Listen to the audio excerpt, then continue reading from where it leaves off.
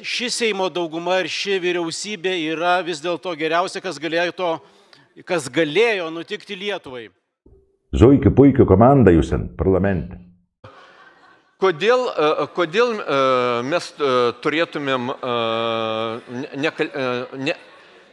nekalbėti rimtais klausimais? Kodėl reikėtų jas išbraukinėti, o kalbėti apie kulverstukus? Tai yra daug rimtų klausimų, juos ir svarstykime. Mes ką tik balsavome vienu klausimu, kuris ypatingai jums nepatinka. Tas kulverstukas. Nu baikit durniaut pagaliau, nu kai galit. Nu durnė.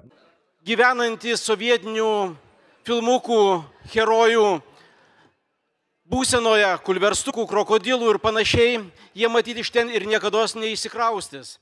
Durnė, nu kiek tu šnekėk, kiek tu žiūrėk, ir paaiškia, nei vis tiek pagal save daro.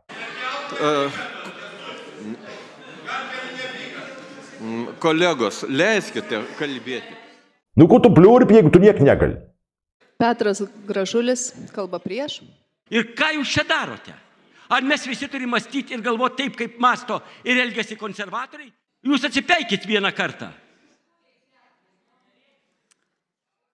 Nu gal laikas baigti su tokiu parlamentu?